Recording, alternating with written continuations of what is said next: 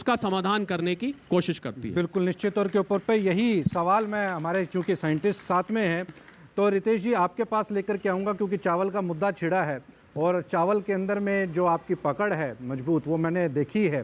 तो डॉक्टर साहब आपको क्या लगता है कि इस समय पर बजट के अंदर में ऐसा क्या प्रावधान होना चाहिए? पहली चीज़, चूँकि हालांकि निरंतर बजट के अंदर में एग्रीकल्चर को तवज्जो दी जा रही है और बजट लगातार बढ़ रहा है। डायरेक्ट एग्रीकल्चर की मैं बात करता हूं, उसके अंदर तो बड़ा ही बड़ा है। इसके साथ साथ में गांव के अंदर में जो रोजगार देने की जो गारंटी योजना है उसके भी बजट को बढ़ाया जा रहा है। एक चीज़, चूँकि आप राइस के अंदर में काफ़ी रहे हैं, क्या आपको लगता है कि एग्रीकल्चर सेक्टर के अंदर में और हम क्रांति लेकर के आ सकते हैं अगर रिसर्च एंड डेवलपमेंट की तरफ इस बजट के अंदर में और ज़्यादा ध्यान दे दिया जाए? जैसे आपने कहा धान बहुत इम्पोर्टेंट है, कोहली साहब ने भी बताया, कृषि की बात हुई, अब बजट आ रहा है, बजट के ऊपर बात है कि क्या प्रावधान होनी चाहिए। देखिए हम कृषि प्रधान देश हैं, लेकिन प्रधानमंत्री जी ने एक जो संकल्प लिया है और उनके साथ हम सब लोग देशवासियों ने भी लिया है कि हम अपने देश को विकसित देश बनाने जा रहे हैं जी। और विकसित देश बनाना है तो हमें एक्सपोर्ट के ऊपर ज़्यादा से ज़्यादा फोकस करना पड़ेगा, क्योंकि फॉरेन एक्सचेंज हमारे पास नहीं होगा या कम होगा तो हम उस लेवल पर नहीं पहुंच पाएंगे। निश्चित रूप से कोहली साहब ने कहा कि आज हिंदुस्तान के किसान दुनिया का पेट भरने का काम करते हैं। इतना ज़्यादा पूरी दुनिया को देखेंगे तो जो सबसे ज़्यादा भोजन देने का काम होता है वो हमारे देश से होता है और विपरीत परिस्थितियों में भी होता है। अब भारत की एक ऐसी पहचान बनी है कि ये हर स्थिति में दुनिया के दूसरे देशों का पोषण कर सकता है भोजन की दृष्टि से। तो इस बजट में जो उम्मीदें हैं, जो किसान भाइयों को जो हमें लगता है और जो सरकार पहले से भी कर रही है, इंफ्रास्ट्रक्चर की बहुत ज़रूरत है।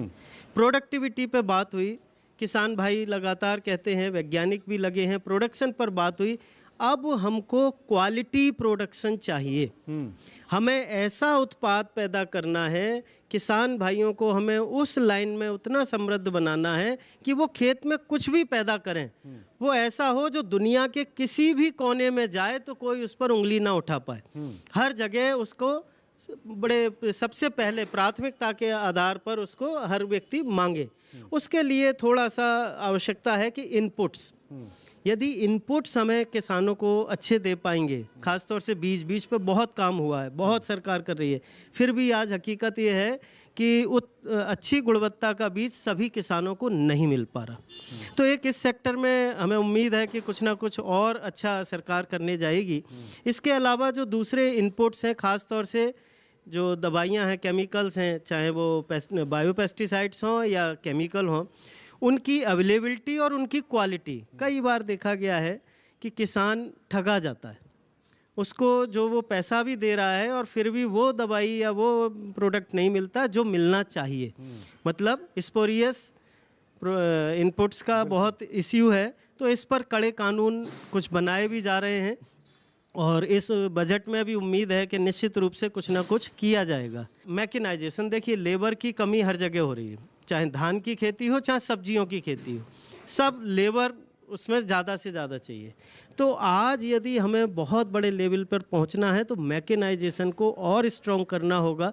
जैसे अभी हमारे किसान भाई भी कह रहे थे कि हमें ट्रैक्टर लेना है तो उसमें जीएसटी और बहुत सारे मुद्दे उन्होंने उठाए, तो उनके ऊपर निश्चित रूप से इस बजट में सरकार ज़रूर कुछ ना कुछ करेगी, ये मुझे पूरी उम्मीद है। डॉक्टर साहब बिल्कुल निश्चित तौर के ऊपर पे जहाँ पर गुणवत्ता की बात है तो प्रधानमंत्री साहब ने भी इस तरह